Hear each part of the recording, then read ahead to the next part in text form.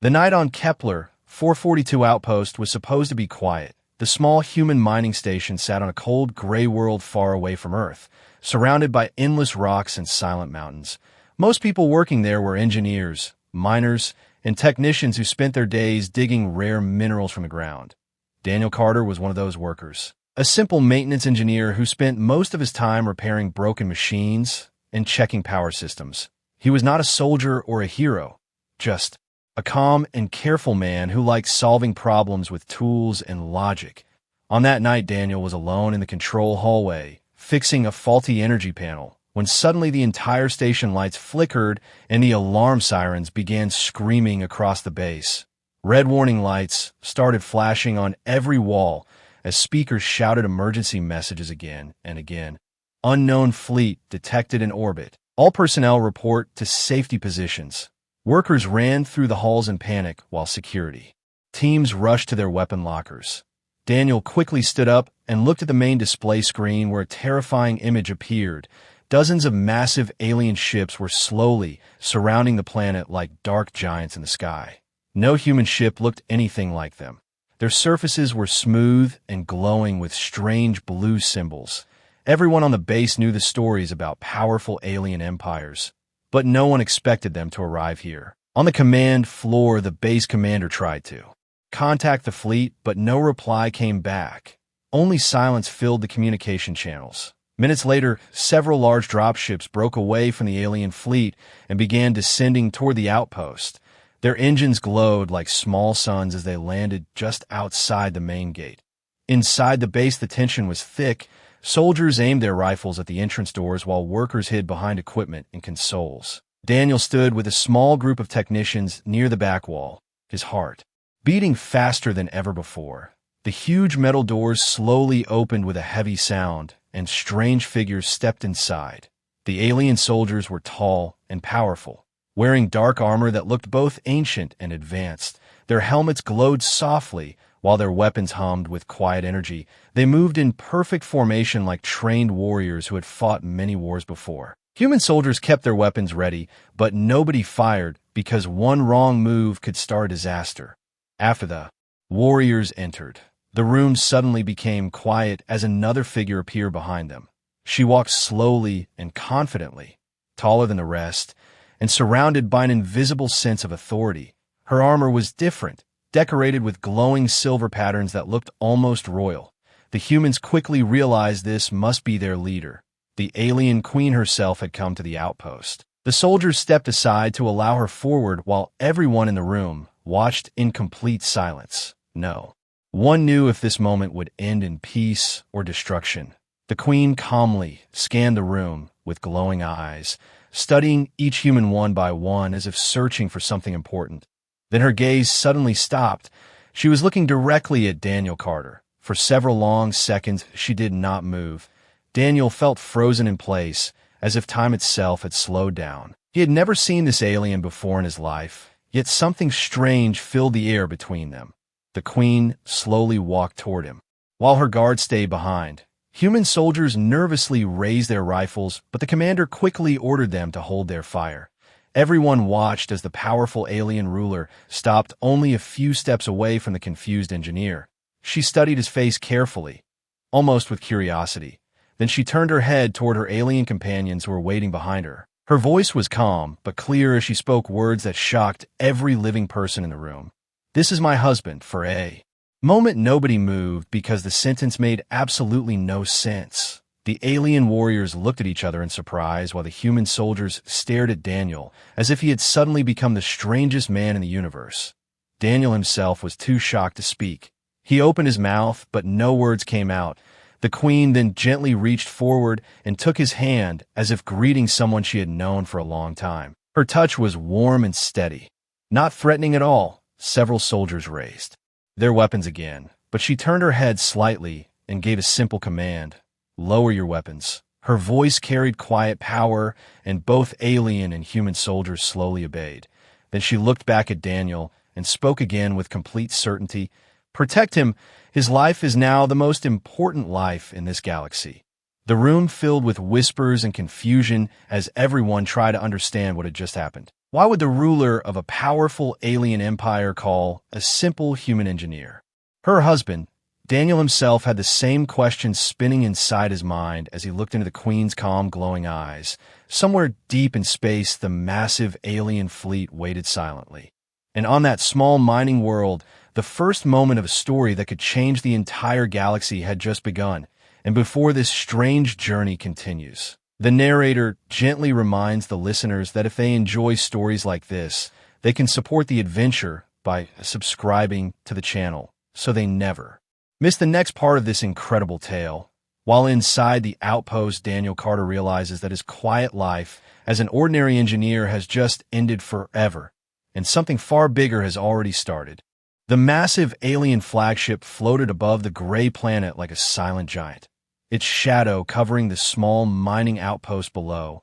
Inside the ship, the air felt cold and unfamiliar to the humans who had been brought aboard under heavy guard. Daniel Carter walked slowly through a long, glowing corridor, surrounded by tall alien warriors whose armor hummed with quiet energy. Every step echoed through the metal floor, while strange symbols moved across the walls like living light. The human soldiers and workers who had been taken from the outpost looked nervous and confused, whispering to each other as they tried to understand why they had been brought onto the most powerful ship in the Zytherian fleet. At the center of it all walked the alien queen herself, calm and silent. As if nothing unusual had happened, she did not look back at the frightened humans behind her. Yet it felt as though she was aware of every movement in the corridor. Daniel walked a few steps behind her, still unable to understand the impossible words she had spoken earlier, his mind repeating the same question again and again. Why did she call him her husband? He had never met an alien before tonight, and yet the Queen had looked at him with the certainty of someone recognizing an old memory. Soon the group reached a massive chamber that looked like a command hall. The ceiling was high and curved like the inside of a giant shell, while large star maps floated in the air as glowing blue projections. Several alien officers were already waiting there, their armor marked with symbols of rank and authority. When the Queen entered the room, they immediately lowered their heads in respect. But the moment they saw Daniel standing among the humans, their expressions changed. Some looked confused, others looked angry. One tall alien commander stepped forward and spoke in a deep voice that echoed through the chamber, asking the Queen why a human was standing so close to the royal guard. The Queen answered without hesitation, calmly repeating the same shocking statement she had made before, that the human engineer was now under her personal protection. The officers exchanged uneasy looks, clearly uncomfortable with this decision, but none of them openly argued with her. Not yet. Daniel felt dozens of alien eyes watching him as if he were some strange creature brought from another world. In truth, that was exactly what he was to them. Just as they were strange to him, he wanted to explain that this had to be a mistake, that he was just a maintenance engineer who repaired broken machines, not someone important enough for an alien queen to protect. But every time he tried to speak, the words disappeared in his throat because the entire situation felt unreal. The Queen slowly walked toward the center of the chamber, where a glowing platform showed the star system around them. With a simple gesture, she activated another projection, and the image of the small mining outpost appeared in the air. Then she spoke quietly to her commanders, telling them that all humans from the station were to be treated as guests and not prisoners. The order surprised many of the alien officers, but what shocked them even more was her next command. She ordered a group of elite royal guards to remain near Daniel at all times, protecting him with the same priority as the royal family itself.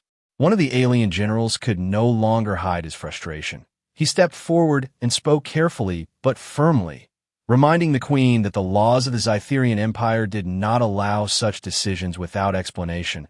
According to their traditions, the safety of the Empire always came before personal choices, and bringing a human into the center of royal protection could cause great confusion among their people. The room became very quiet as everyone waited for the Queen's response. She slowly turned to face the general, her glowing eyes calm but powerful. When she spoke again, her voice was softer than before, but somehow even more commanding. She told the officers that some truths were too important to reveal too quickly, and that the time for answers would come soon. But until that moment, no one was to question her order again. Her gaze moved across the chamber like silent lightning, stopping briefly on each commander, and none of them dared to challenge her again. But not everyone accepted her decision in silence. In the darker corner of the chamber stood another powerful figure, General Croth, a warrior known throughout the Empire for his loyalty to strength and tradition. Unlike the other officers, he did not lower his head when the Queen finished speaking. Instead, he watched Daniel carefully with narrow eyes, studying the human as if trying to understand what kind of threat he might become. Croth had fought many wars and defeated many enemies, but he had never believed humans were anything special. To him, they were a young species, weak and untested in the wider galaxy. The idea that their queen would protect one of them so fiercely made no sense to him at all. While the commanders argued quietly among themselves, the queen walked toward another corridor leading deeper into the flagship. She signaled for Daniel to follow her, and although he hesitated for a moment, he had little choice. The royal guards moved with them, forming a protective wall around the confused engineer as they traveled through halls filled with glowing machines and silent alien workers. Daniel could feel the strange attention of everyone they passed, whispers spreading through the ship like sparks of curiosity. As they entered a quieter section of the vessel, something unusual happened. Several control panels along the walls suddenly lit up when Daniel walked past them. Symbols appeared on the screens that had been dark only seconds before. The nearby alien technicians looked surprised, quickly checking their instruments as if they had just witnessed something impossible. Daniel noticed it too and slowed his steps, wondering if he had somehow triggered the machines without touching them. The Queen stopped walking and turned slightly, watching the glowing panels with quiet interest. For a brief moment, something like satisfaction appeared in her expression, as if the strange reaction of the technology had confirmed something she already suspected. She said nothing about it, but the silence around her seemed to carry hidden meaning. Far behind them in the command chamber, General Croth continued to watch the corridor where Daniel had disappeared. The more he thought about the situation, the more dangerous it seemed. If the Queen truly believed this human had some special role, it could change the balance of power across the Empire. And if that belief turned out to be a mistake, the consequences could be catastrophic. Croth slowly turned toward a group of officers who shared his doubts, and in a low voice he began speaking. About caution, about protecting the Empire from unknown risks, and about the possibility that sometimes leaders could be blinded by strange ideas. Deep inside the alien flagship, two very different plans were beginning to grow at the same time. One plan was the Queen's quiet mission to protect the mysterious human engineer at any cost, and the other was the secret suspicion forming in the mind of General Croth, a suspicion that might soon turn into something far more dangerous. While Daniel Carter walked through the glowing halls of an alien empire, still trying to understand why his ordinary life had suddenly become the center of a galactic mystery, forces were already moving in the shadows around him, and the protection of the Queen might soon be the only thing standing between him and enemies he did not even know existed. Deep inside the alien flagship, far away from the busy command halls and military corridors, the alien Queen led Daniel Carter into a quiet section of the ship that very few beings were allowed to see. The glowing walls here were different from the rest of the vessel, covered in ancient patterns and symbols that looked far older than the Empire itself.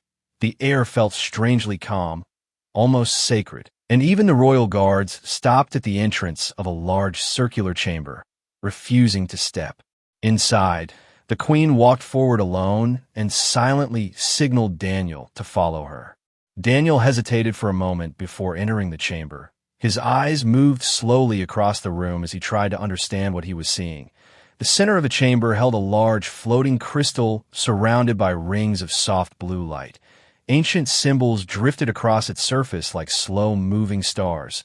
The place looked less like a military room and more like a temple, built to protect something important. Daniel felt a strange feeling in his chest, as if the room itself was watching him. The Queen stood beside the crystal and finally turned toward him. For the first time since arriving on the ship, her expression showed something different, something almost personal. She studied his face carefully, as if confirming that he was real and not just a memory from a distant dream. Daniel finally gathered enough courage to speak. His voice was uncertain but honest as he asked the question that had been burning inside his mind since the moment she called him her husband. He asked her why she had chosen him and why the most powerful ruler of an alien empire would risk everything to protect a simple human engineer. For several seconds, the queen remained silent. Her glowing eyes slowly moved toward the floating crystal in the center of the chamber. Then she raised one hand and gently touched the air near its surface. The crystal immediately responded, sending waves of soft light across the room. The walls began to glow brighter as ancient symbols rearranged themselves, forming a strange pattern above them. This chamber holds one of the oldest records in our empire, the queen finally said in a calm voice. A message discovered thousands of years ago in deep space, long before humans even left their home planet. Daniel frowned in confusion, unable to understand how something so old could possibly have anything to do with him. The queen continued speaking slowly as the crystal projected a star map into the air above them, showing distant galaxies and forgotten regions of space. She explained that many centuries ago Zytherian explorers had discovered an ancient signal drifting between stars, a signal older than any known civilization. The message inside, it had confused their scientists for generations, because it did not contain normal words or language. Instead, it carried images, patterns, and strange predictions about the future of the galaxy. For many years, the Empire ignored the message because it sounded too impossible to believe, but over time, several of its predictions slowly became true. Events described in the signal began happening exactly as the ancient message had warned. Entire star systems collapsed in ways that matched the strange images hidden inside the transmission. That was when the Empire finally realized the message might not be a myth at all. The crystal suddenly projected a new image above them, showing the outline of a tall alien queen standing beside a much smaller human figure. Daniel felt a cold shiver run down his spine as he realized the image looked strangely familiar. The human shape was standing beside the queen, not as a prisoner or servant, but as an equal partner. The message speaks of a moment when a human will stand beside the queen of Zytheria, she said quietly, not as an enemy, but as her chosen companion. Daniel stared at the image in disbelief. His first instinct was to laugh at how impossible the idea sounded, but the serious expression on the queen's face quickly stopped him. She was not joking. She truly believed what she was saying. The projection changed again and showed something far more frightening. Dark shapes moving through space like endless shadows, swallowing entire star systems in silence.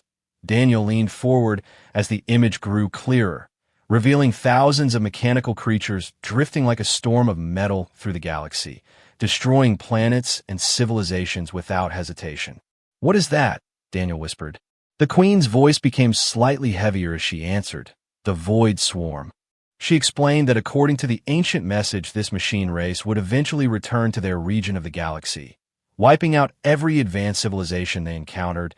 The signal warned that no empire alone could stop them, not even the powerful Zytherians. The only chance of survival would come from something the machines could not predict, something different from the logic of ancient alien civilizations. Daniel slowly realized where the explanation was leading. "Human thinking," he said quietly. The queen nodded once. "Your species sees problems differently. You take risks other civilizations avoid.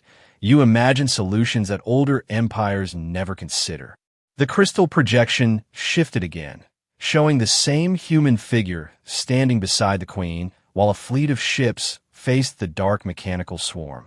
The message says that when the time comes, the queen must protect the human who carries the unpredictable mind needed to challenge the machines, she continued.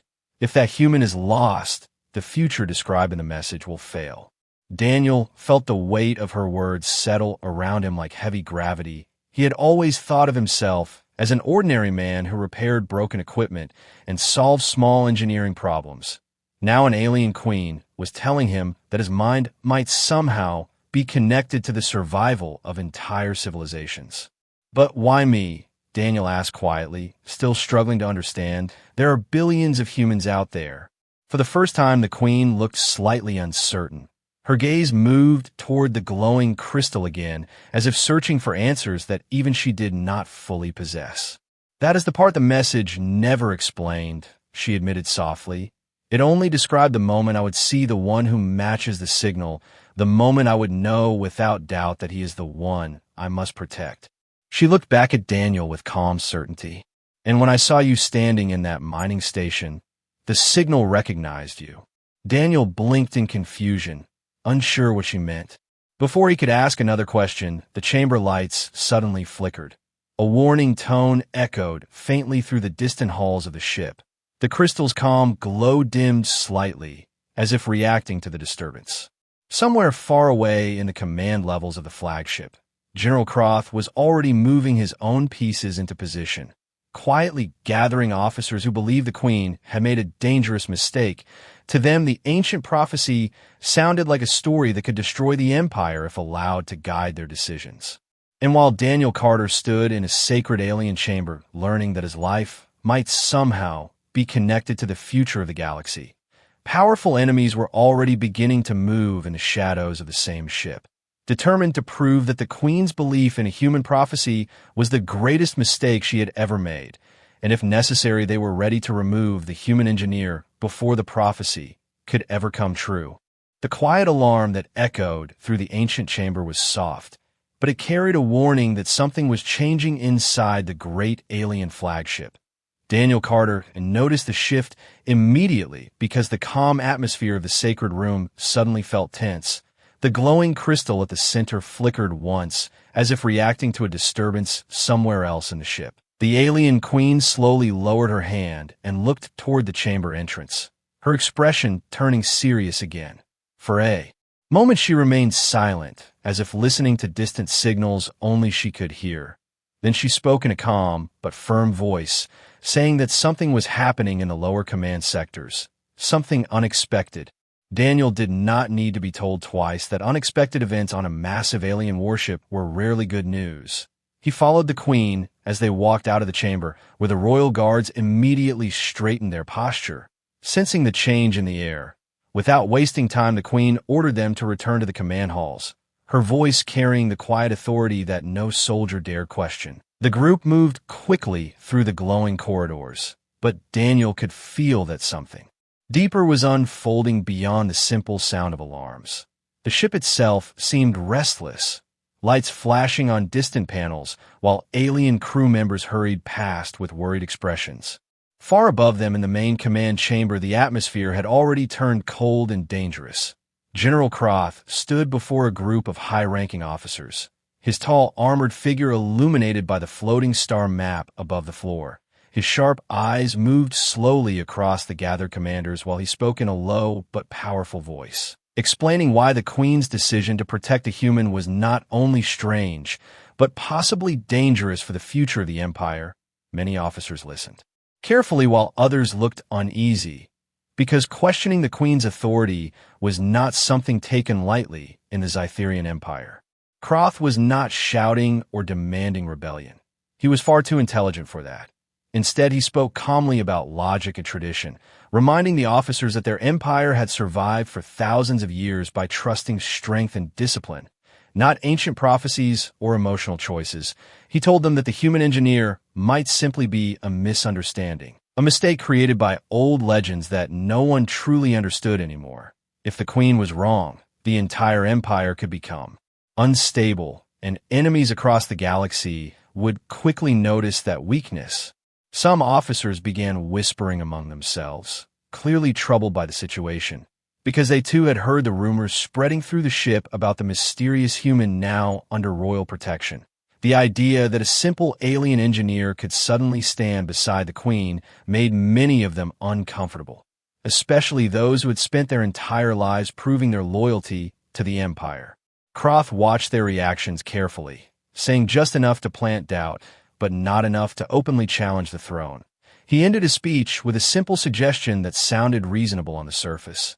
He proposed that the humans should be quietly removed from the ship until the truth of the prophecy could be confirmed, not harmed, just separated from the Queen's influence. He argued that such caution would protect both the Empire and the Queen herself from making a mistake that could damage her rule. Several officers slowly nodded in agreement. And in that quiet moment, the first seeds of conspiracy began to grow inside the command ranks of the fleet. Meanwhile, Daniel and the Queen had nearly reached the main command levels when something unexpected happened. As they walked through a long corridor filled with navigation equipment, several control panels suddenly lit up again the moment Daniel passed them. Bright streams of alien symbols rushing across the displays like living code. The nearby technicians looked shocked as they quickly checked their systems, whispering in confusion because those panels had been inactive only moments earlier. Daniel stopped walking and looked back at the glowing screens. Feeling both curious and nervous, he had not touched anything. Yet the technology reacted to him as if recognizing his presence. The Queen noticed the same thing and studied the panels carefully, her eyes narrowing slightly, as if the strange reaction confirmed something she had suspected earlier. Before anyone could investigate further, the lights in the corridor suddenly dimmed for a single second, followed by a sharp burst of sparks from one of the ceiling panels. The royal guards instantly moved closer around the Queen and Daniel, their weapons activating with a low humming sound. At the far end of the corridor, a maintenance door slowly slid open, but instead of technicians stepping out, 3 armored figures emerged carrying weapons that did not belong to the ship's normal security forces. Their armor carried no royal markings, and their helmets hid their faces behind dark visors. For a brief moment, nobody moved. Then one of the unknown soldiers raised his weapon and fired a bright pulse of energy toward Daniel. Everything exploded in motion at once. The royal guards reacted instantly, stepping between Daniel and the attackers while returning fire with precise blasts of glowing light. The narrow corridor filled with flashes of energy as the mysterious soldiers tried to push forward. Their movements were fast and disciplined, clearly trained warriors rather than random attackers. Daniel felt himself pulled backward as one of the guards pushed him behind a protective barrier, while the Queen stepped forward with a calm determination that shocked him. Her armor began glowing brighter as she raised one hand toward the attackers, and suddenly the air itself seemed to bend. A powerful wave of invisible force slammed down the corridor, throwing one of the attackers against the wall with incredible strength. The remaining 2 soldiers tried to retreat, but the royal guards quickly surrounded them, their weapons pointed directly at the intruders. Within seconds, the fight was over, leaving only the sound of humming energy weapons and the faint smell of burned metal in the corridor. The Queen slowly lowered her hand and looked at the captured attackers without fear. Her voice was calm but cold as she asked them a single question. "Who sent you?" The soldiers remained silent, refusing to answer. But far away in the command halls, General Croth stood quietly near the observation window of the flagship, staring out at the endless stars beyond the ship. His expression was thoughtful rather than angry, because the failed attack had already told him something important. The Queen would protect the human personally if necessary, and that meant removing Daniel Carter would not be easy. Croth slowly turned away from the stars, realizing that if the prophecy truly had the Queen's full attention, then the coming conflict inside the Empire was only beginning. And somewhere deep inside the great alien flagship, the life of one confused human engineer had already become the center of a silent war moving through the shadows of the most powerful fleet in the galaxy. A war that was growing more dangerous with every passing moment. The attack in the corridor ended quickly, but the silence that followed felt heavier than the battle itself. The captured soldiers were taken away by royal guards while engineers hurried to repair the damaged wall panels. Yet the most important detail was not the damage or the attackers. It was the fact that someone inside the ship had been bold enough to try removing Daniel Carter. That single event proved what the Queen already understood. Enemies were moving in the shadows of her own fleet, and the human engineer had already become a target. Daniel was escorted to a secure section of the flagship where the Queen ordered additional guards to remain outside the chamber. The room was not a prison, but a quiet research hall filled with floating holographic displays and complex alien machinery. The walls glowed with soft blue light, while several Zetherian scientists worked silently at their stations, occasionally glancing toward the human with curious eyes. Daniel still felt overwhelmed by everything happening around him. Only a few hours earlier, he had been fixing mining equipment on a dusty outpost. And now he was standing in the center of an alien warship, while an entire empire argued about his existence. The Queen entered the chamber shortly after him and spoke calmly with the scientists, instructing them to bring forward a number of system reports from across the fleet. Daniel watched quietly while massive holographic screens appeared in the air, displaying complicated alien symbols and starship diagrams that looked impossible for a human to understand. Yet something strange happened when Daniel looked closer at one of the energy flow models displayed above the central table. The design reminded him of something familiar, not alien technology exactly, but the logic behind the system felt similar to the industrial machines he repaired back on the mining station. Without thinking too much about it, he stepped closer to the projection and tilted his head slightly as he studied the glowing patterns. The Zytherian scientists immediately became cautious, watching his movements carefully because humans rarely understood their advanced technology. But Daniel's engineer instincts were already working as he followed the path of the energy lines across the display, noticing where the flow split into multiple channels before reaching the ship's main power core. After a moment, he spoke quietly, almost to himself, saying that the system looked inefficient. The alien scientists exchanged confused looks while the Queen turned her attention fully toward him. Daniel hesitated at first, but then pointed toward one section of the projection where the energy lines overlapped in a complex pattern. He explained that the design forced power to travel through 3 separate control loops before reaching the core, which probably slowed down the entire system during high-demand situations. One of the Zytherian engineers responded politely but confidently, explaining that the design had been perfected over many centuries and that no better configuration had ever been discovered. The alien clearly believed the human simply did not understand the full complexity of their technology. Daniel nodded slowly, accepting that possibility, but then he suggested something unexpected.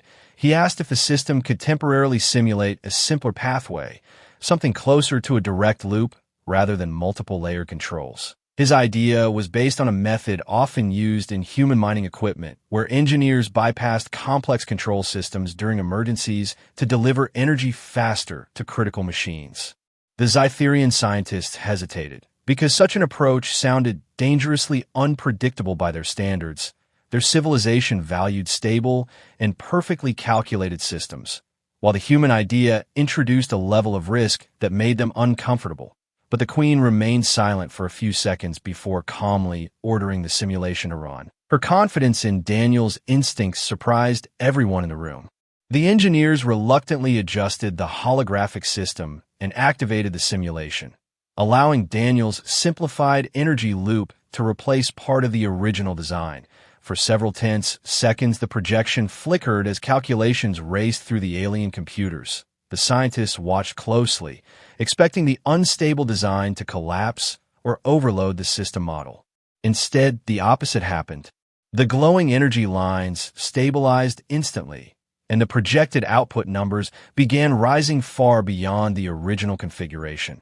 The simplified pathway allowed power to reach the core nearly 40% faster than the traditional design, reducing the strain on several secondary generators at the same time. The room became very quiet as the Zytherian engineers stared at the results in disbelief. One of them quickly ran additional calculations to confirm the outcome, but every test showed the same result. The human suggestion had solved the power efficiency problem that their scientists had struggled with for centuries. Daniel blinked in surprise when he saw their reactions, because to him the solution felt almost obvious. It was simply a different way of thinking about the problem, the kind of shortcut engineers used every day when repairing complicated machines under pressure. The Queen watched the glowing projection carefully, a small but clear smile appearing on her face for the first time since arriving on a human outpost. She looked toward the scientists and calmly said that this was exactly why the ancient message had spoken about human thinking. Their species approached problems from unpredictable angles that older civilizations often ignored. Word of the discovery spread through the flagship faster than anyone expected. Within an hour, several engineering teams across the fleet were already testing the new energy configuration Daniel had suggested. The results were identical everywhere: faster power flow, stronger shield response, and more efficient weapon systems during combat simulations. For the first time, many Zytherian officers began looking at the human engineer with something other than suspicion. Some even felt a quiet sense of respect growing in their minds, because a problem that had resisted centuries of alien research had been improved by a single idea from a man who had learned engineering while repairing mining drills on a remote planet. But not everyone welcomed the change. Deep inside the command wing, General Croth listened carefully as reports arrived about the improved power systems spreading through the fleet. His expression remained cold as he absorbed the information, because every success connected to the human made the Queen's decision look wiser in the eyes of the Empire.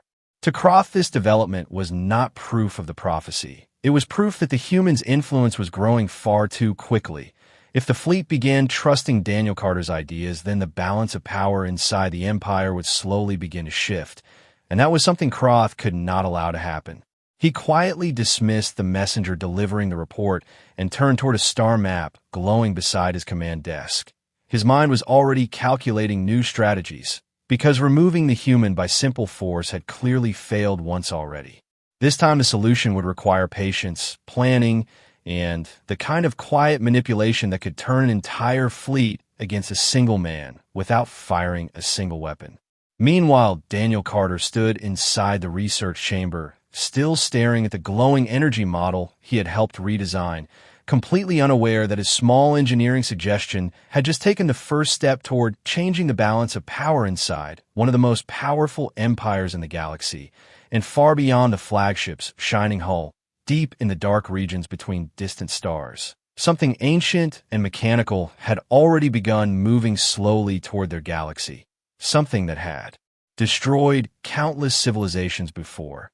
And the only mind that might one day challenge it was now standing quietly inside an alien warship, wondering how his ordinary life had turned into the center of a growing galactic storm. The discovery Daniel Carter had made inside the research chamber continued spreading through the Zytherian fleet like a quiet storm. Engineers across multiple ships were already testing the new energy configuration, and every report that returned to the flagship carried the same result: stronger shields, faster weapon response, and far more efficient power flow during combat simulations. What had started as a simple suggestion from a human engineer had suddenly begun improving the performance of one of the most advanced military fleets in the galaxy. For many Zytherian officers, this unexpected success forced them to reconsider the strange decision their queen had made, because the human they had once dismissed as insignificant was now helping their ships operate better than ever before. But success also brought danger, because every new report praising Daniel Carter's idea quietly strengthened the Queen's position while weakening the doubts of those who questioned her judgment.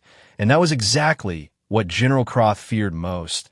The powerful war commander stood inside his private strategy chamber, studying the glowing star map hovering above the central console. His sharp eyes moved slowly across the map, where dozens of Zytherian ships formed the massive fleet protecting the system.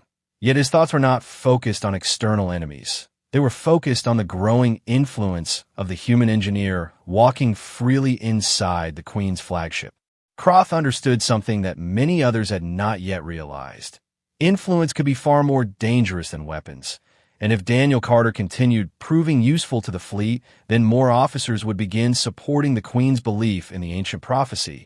Once that happened, the Empire could begin changing in ways Croth believed would weaken its traditions. So the general began setting his plan into motion quietly and carefully. He contacted several commanders who had already expressed doubts about the human's presence, speaking with them through secure communication channels hidden deep inside the ship's network. His voice remained calm and controlled as he explained that the recent engineering success did not prove the prophecy was real. It only proved that humans were capable of clever ideas, something that could just as easily be used against the Empire in the future. He warned them that the Queen's growing trust in Daniel might allow the human access to increasingly sensitive systems across the fleet, and if the prophecy turned out to be a misunderstanding, the Empire might unknowingly place its security in the hands of an outsider species that had only recently discovered space travel. Several commanders listened carefully to his concerns, and while they did not openly support rebellion, they agreed that the situation required caution. while quiet discussions continued among the fleet's leadership. Daniel himself remained unaware of the political storm slowly forming around him. He spent most of his time inside the engineering sectors where Zytherian scientists asked him endless questions about human problem solving. They were fascinated by the way his mind approached complex systems. Because humans seemed comfortable exploring ideas that older alien civilizations avoided due to risk, Daniel often laughed awkwardly when they treated his suggestions like scientific breakthroughs, explaining that most human engineers simply experimented with whatever solutions seemed possible until something worked. The Queen occasionally observed these conversations from a distance, her glowing eyes watching Daniel with calm interest. Every successful idea he shared seemed to strengthen her belief that the ancient signal had been correct about human thinking. But deep inside her mind, she also sensed the growing tension spreading through the fleet because whispers of disagreement among the commanders were becoming harder to ignore. Then everything changed during a routine long-range scan of deep space. Inside the main command chamber, a navigation officer suddenly froze while studying a distant sensor report. The readings showed something unusual far beyond the outer edge of the system. Something massive moving slowly through the darkness between stars. At first the officer assumed it was a scanning error, but when the sensors recalibrated, the strange signals appeared again, this time even stronger. Within minutes, the entire command staff gathered around the main projection as the star map zoomed out toward the farthest limits of their scanning range. A cluster of faint shapes appeared near the edge of the display, so distant that they were barely visible. Yet the movement pattern was unmistakable, hundreds of objects drifting through space together like a silent storm. When the Queen entered the chamber, the officers stepped aside to give her a clear view of the projection. She studied the distant shapes carefully while the sensor teams worked quickly to analyze the signal patterns. The longer they examined the readings, the quieter the room became, because the energy signatures matched a description recorded in the ancient message stored within the sacred chamber. The Void Swarm.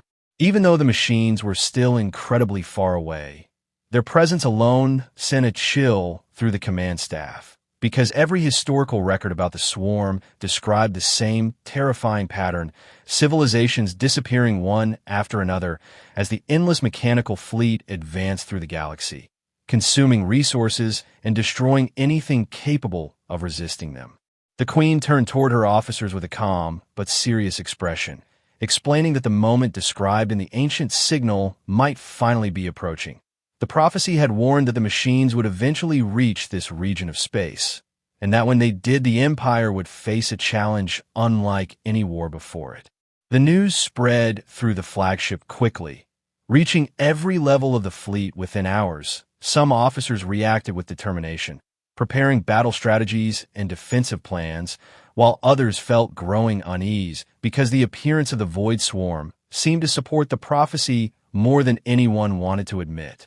General Croth listened to the same report in silence inside his command chamber, his expression unreadable as he stared at the distant sensor images of the approaching machines. To many commanders, the threat meant the Empire needed unity more than ever. But to Croth, it also created an opportunity, because a coming war would allow strong leaders to prove themselves while exposing any weakness in the Queen's unusual decisions. If Daniel Carter truly believed he could help guide the Empire through the coming conflict, then the battlefield would reveal the truth soon enough. Meanwhile, Daniel stood near the observation deck of the flagship, looking out through a massive viewing window at the endless stars beyond the ship, unaware that the distant shapes slowly moving toward their galaxy were the same machines he had seen in the prophecy projection earlier, and even less aware that within the Zytherian fleet itself, two different wars were beginning at the same time. One against the ancient mechanical enemy approaching from deep space, and another quieter but equally dangerous conflict growing among the Empire's own commanders. A conflict that would soon force the human engineer to stand at the center of decisions that could determine the survival of entire civilizations. The news of the approaching Void Swarm spread across the Zytherian fleet like a cold wind moving through steel corridors.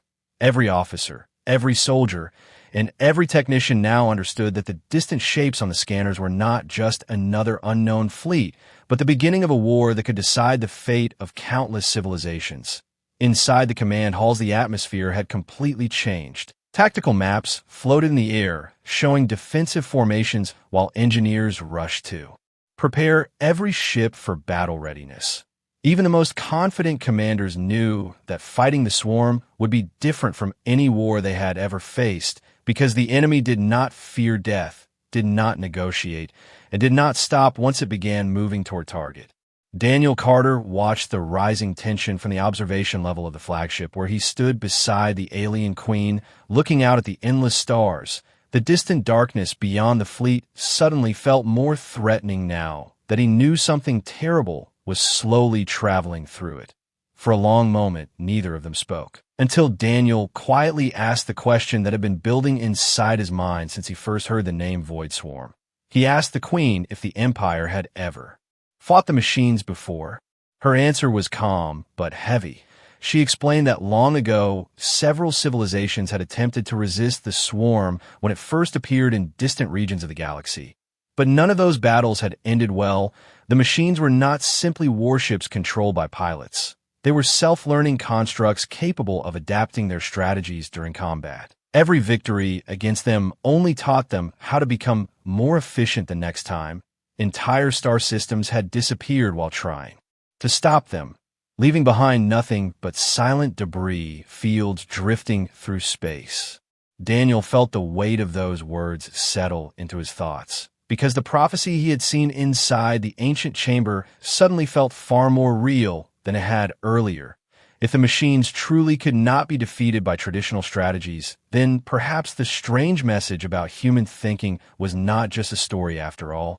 At that same moment, inside the fleet's command council chamber, General Croth stood among the other high-ranking officers as the Queen presented the full situation.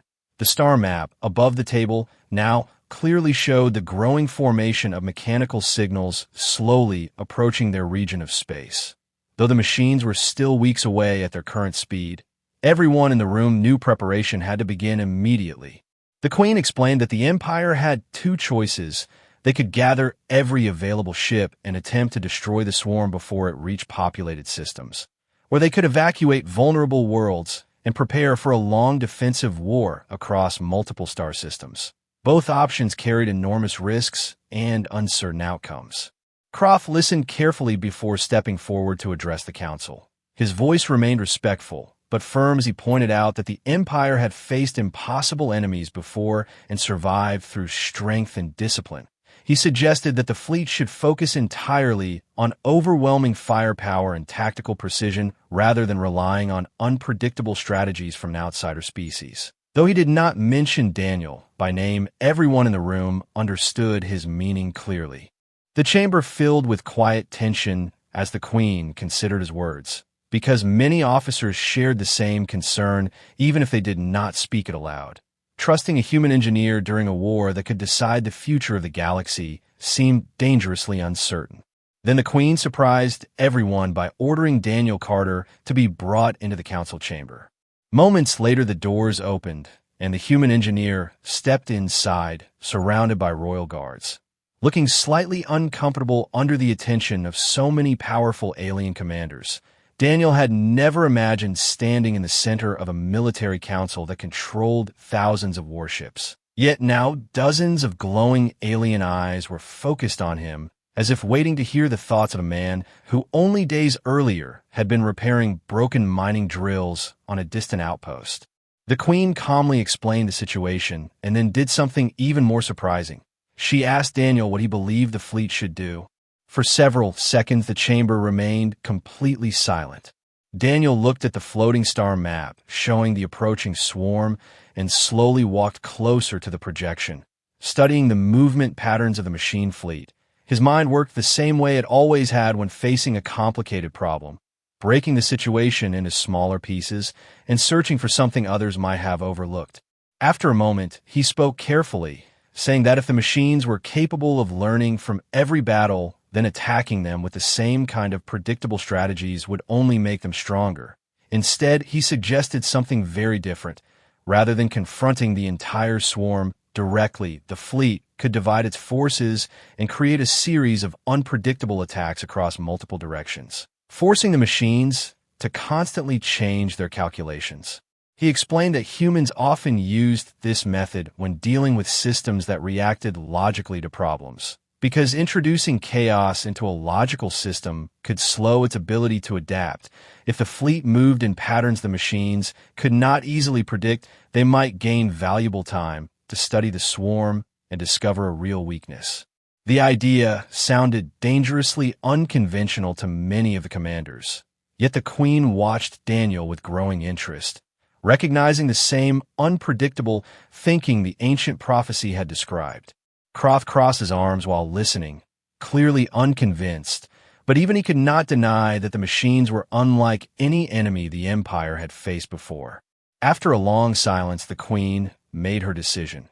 She ordered the fleet to begin preparing Daniel's strategy immediately, dividing their ships into smaller groups designed to move and attack in constantly shifting patterns rather than rigid formations. It was a risky plan that challenged centuries of Zytherian military tradition, but the coming war demanded something new. As the council members began issuing orders across the fleet, the massive warships slowly changed their positions in orbit around the planet below, engines glowing as they prepared to move into formation. Daniel stepped back from the star map, feeling the enormous weight of what had just happened, because the survival of entire worlds might now depend on whether his unpredictable human strategy could truly confuse an ancient machine enemy. The Queen stood beside him and looked out toward the distant stars where the faint signals of the void swarm continued growing stronger with every passing hour. Her voice was calm as she spoke quietly, so only Daniel could hear, reminding him that the prophecy had never said the human would fight alone. For the first time since the beginning of this strange journey, Daniel realized that the fate of the galaxy might truly be balanced between two very different worlds: the ancient power of the Zytherian Empire and the strange creativity of a species that had only recently begun exploring the stars. And somewhere far beyond the fleet, hidden in the dark space between galaxies, the endless machines of the Void Swarm continued their silent advance, unaware that the future of their next conquest would soon be decided by a choice made inside a single warship where a human engineer and an alien queen had begun shaping a plan that could either save the galaxy or destroy it forever.